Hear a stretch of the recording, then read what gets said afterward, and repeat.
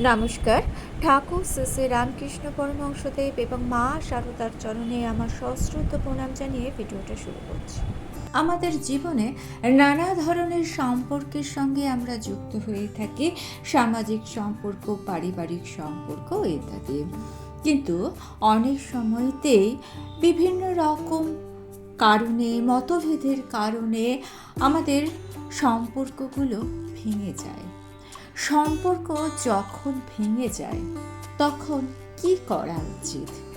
চলুন জেনে নেব এই সম্পর্কে মা এবং ঠাকুর আমাদের কি নির্দেশ দিয়েছেন বা কি উপদেশ দিয়েছেন। আসলে দেখুন, সম্পর্ক ভাঙা মানে যে সবার সঙ্গে সম্পর্ক একেবারে ছিন্ন করে দিতে হবে তা কিন্তু নয়, আর সব সম্পর্ক তো ছিন্ন করা যায় না। তাহলে আমরা কি করব? সম্পর্ককে পুনঃস্থাপন করার জন্য, মনের শান্তি আনার জন্য আমরা শুনে নেব মা এবং ঠাকুরের বাণী। এই সমস্যার সমাধানের জন্য প্রথমেই আমাদের জানতে হবে যে এই সম্পর্ক কেন ভাঙে। মা বলছেন, যেখানে অহংকার সেখানে শান্তি থাকে না, যেখানে দোষ খোঁজা আছে সেখানে প্রেম থাকে না। সম্পর্ক নষ্ট হয় মূলত তিনটি কারণে: অহংকার, ভুল বোঝাবুঝি আর প্রত্যাশার ভার। ঠাকুর শ্রী শ্রী রামকৃষ্ণ পরমহংসদেব বলেছিলেন, মানুষ নিজের দোষ দেখতে পায় না। যেমন চোর কখনো বলে না আমি চোর। আমরা সবসময় ভাবি ও দোষ করেছে, ও ভুল করেছে। আমরা কখনো নিজের দোষ দেখি না। শ্রী শ্রী মা শারদা বলতেন, অন্যের দোষ দেখো না, দোষ দেখলে নিজের দোষ দেখো এবং নিজের দোষ সংশোধন করো। যখন আমরা নিজের ভেতরে শান্তি আনি তখন কিন্তু বাইরের সম্পর্কগুলো ধীরে ধীরে মধুর হয়ে ওঠে। তাই সম্পর্ক ভাঙা শুরু হয় আমাদের ভেতরের অস্থিরতা।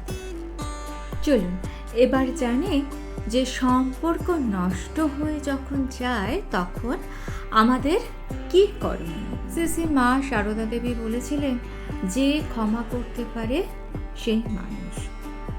প্রথম যে কাজটা আমাদের করতে হবে সেটা হলো আমাদের ক্ষমা করা শিখতে হবে।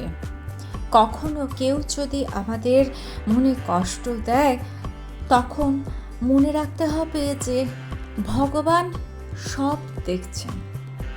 মা বলেছেন, অন্যায় করো না, কিন্তু ক্ষমা করতে শেখো, কারণ ক্ষমাই শান্তির মূল। দ্বিতীয় যে করণীয় কাজটা সেটা হচ্ছে কথা বলতে হবে মন খুলে। ঠাকুর বলতেন, মন খুলে কথা বললে মন হালকা হয়ে যায়। মনের মধ্যে কথা, অভিমান, অভিযোগ জমিয়ে রাখলে মন ভারী হয়ে থাকে।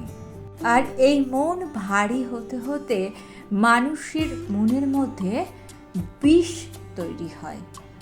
যদি কোনো সম্পর্কের মধ্যে মনোমালিন্য হয় তাহলে একটু শান্ত হয়ে কথা বলো, একটু মিষ্টি হাসি, একটু মিষ্টি কথা অনেক সম্পর্ক বাঁচিয়ে দিতে পারে।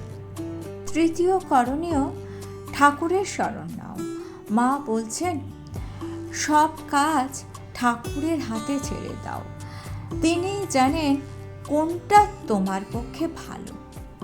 যখন সম্পর্ক ভেঙে যায় তখন মন শান্ত করতে ঠাকুরের নাম জপ করো। আসলে জপ মানে তো শুধু মুখে উচ্চারণ নয়, জপ মানে মনে মনে অনুভব করা যে ঠাকুর সবই তোমার ইচ্ছা। চতুর্থ যে কাজটা আমাদের করণীয় সেটা হচ্ছে কৃতজ্ঞ হওয়া।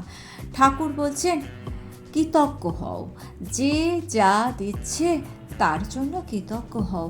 এমনকি কষ্ট যে দিচ্ছে তার জন্য তুমি তার প্রতি কৃতজ্ঞ হও। যে সম্পর্ক ভেঙে গেছে তারও একটা শিক্ষা আছে, সেইখান থেকে আমরা শিখি সহনশীল ধৈর্য আর নিজের ভেতর আলো জ্বালানো। পঞ্চম করণীয়, মা বলতেন কারো দোষ দিও না, দোষ দিলে সম্পর্ক ভাঙে, আর দোষ মুছে দিলে মন জুড়ে যায়। যদি কেউ চলে যায় তাহলে বলো, ঠাকুর তুমি জানো কেন। এই শিকারের মধ্যেই আছে মুক্তি। চলুন এবার জানি শান্তিতে থাকা আর নিজেকে মেরামত করার উপায়। শ্রী শ্রী ঠাকুর রামকৃষ্ণদেব বলেছেন, নিজেকে বদলাও, দেখবে দুনিয়া আপনিই বদলে গেছে। যখন সম্পর্ক নষ্ট হয় তখন প্রতিদিন কিছুটা সময় নিজেকে দাও। ঠাকুর ও মায়ের ধ্যানে বসো। মন শান্ত হলে বোঝা যায় কে আপন আর কে ঠাকুরের ইচ্ছে দূরে আছে। মা বলতেন, যে কাঁদে ঠাকুরের জন্য সে কখনো একা নয়। তাই সম্পর্ক ভেঙে গেলেও ঠাকুরকে আঁকড়ে ধরো। নিজের ভেতরে দয়া, ভালোবাসা, ভক্তি সব কিছু দিয়ে ঠাকুরকে আপন করে নাও। যখন তোমার অন্তর আলোকিত হবে তখন তোমার চারপাশটাও আলোয় ভরে উঠবে। মা বলছেন, মনে রেখো, ভালোবাসা মানে অধিকার নয়, ভালোবাসা মানে নিবেদন। যে ভালোবাসে সে ঠাকুরের মতো দেয়, বিনিময়ে সে কিচ্ছু চায় না।